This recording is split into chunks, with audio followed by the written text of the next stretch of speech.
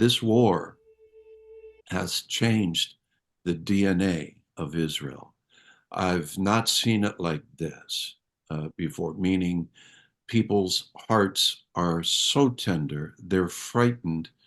Another question I heard more than once: why does the world hate us? Oh, And so this led to the conversations as to why. upon arriving there, what was the feeling that you got? Like, what was the temperature? There was a heaviness, a sobriety.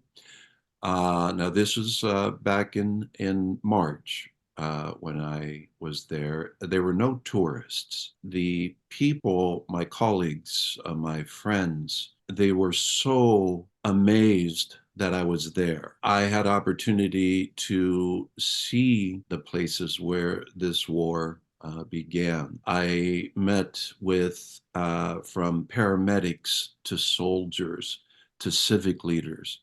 I was shown surveillance uh, cameras, videos that the world may not see, where I saw in horror Hamas breaking through these communities, literally just a few blocks from where we feed children. They had these pickup trucks with 50 caliber machine guns mounted on the back. And I saw on the videos of them literally mowing down people. Videos I saw of Hamas with RPGs, the shoulder rockets, jumping out into the street, blowing up a car with a family in it. Now, keep in mind, Oh. these videos I saw were recorded on the first day. This was Shabbat. This was Saturday morning. It would be for evangelicals, it would be like a lazy Sunday morning. People going to synagogue, going to visit family, friends.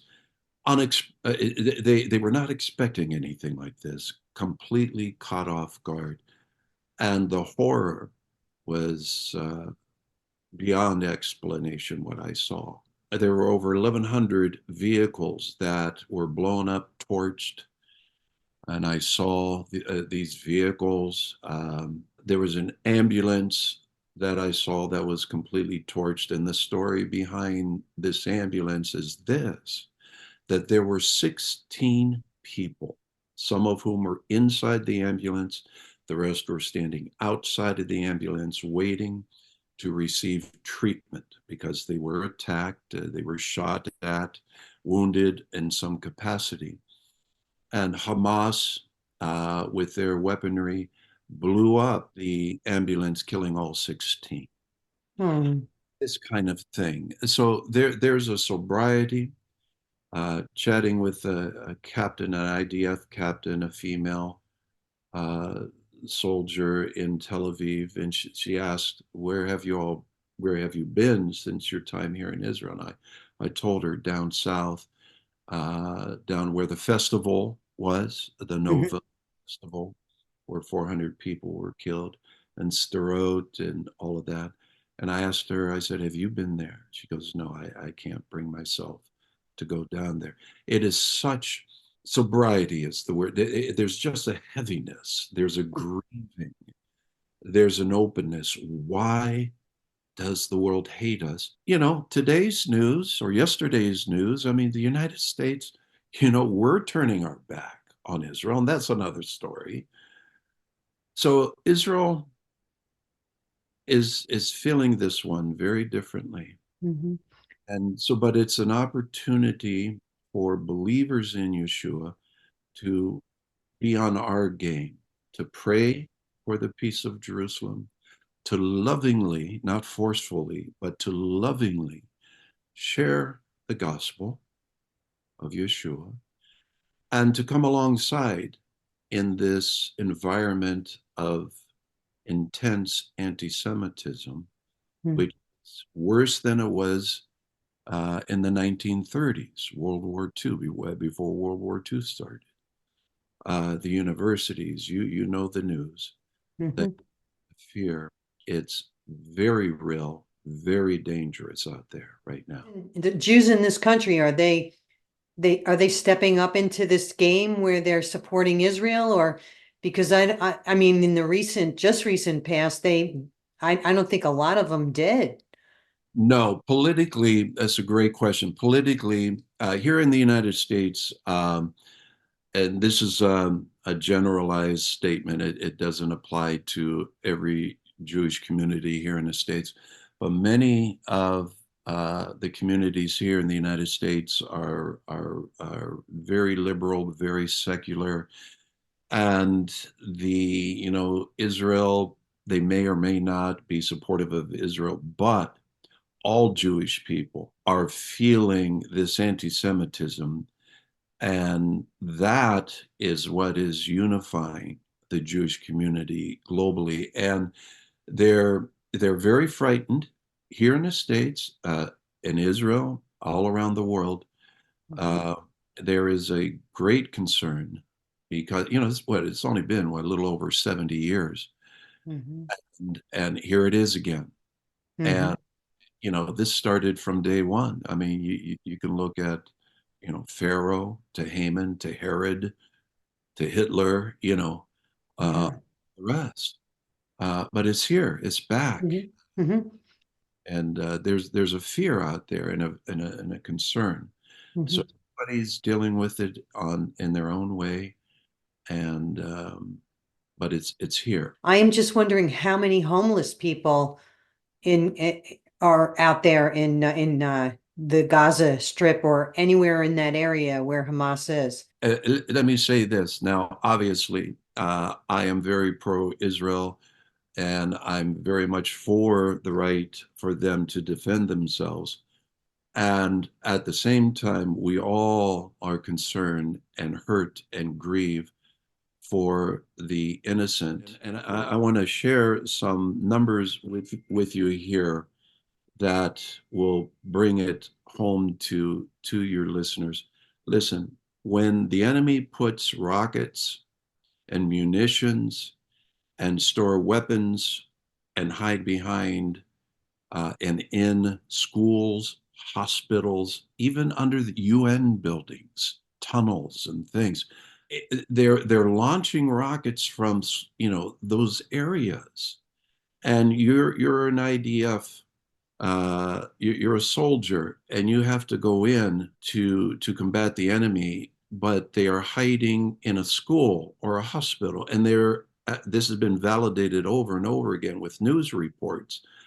The enemy is evil. The enemy is brutal. And I'll say these numbers slowly because it can be confusing.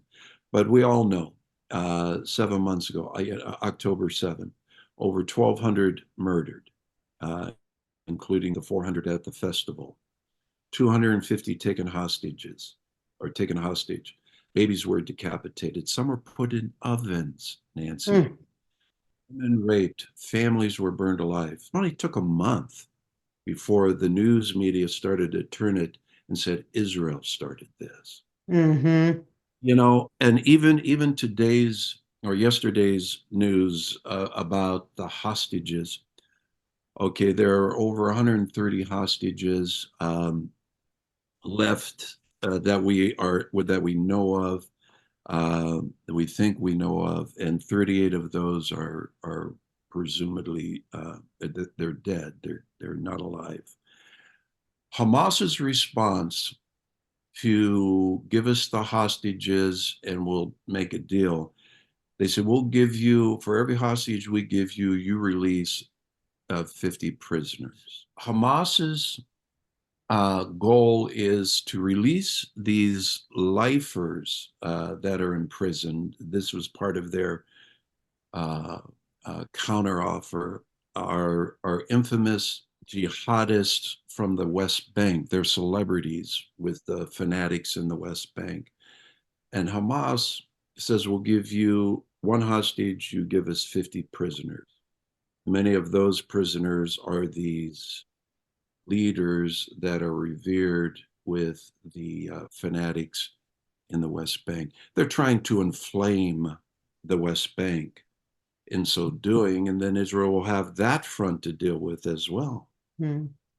And the world, it is so complicated. It is so complicated, and I get it that the average person just shakes their head and say, "Well, we don't understand all of this." Hmm. All they know is what they see on the news, which is very biased. I have an app called Red Alert.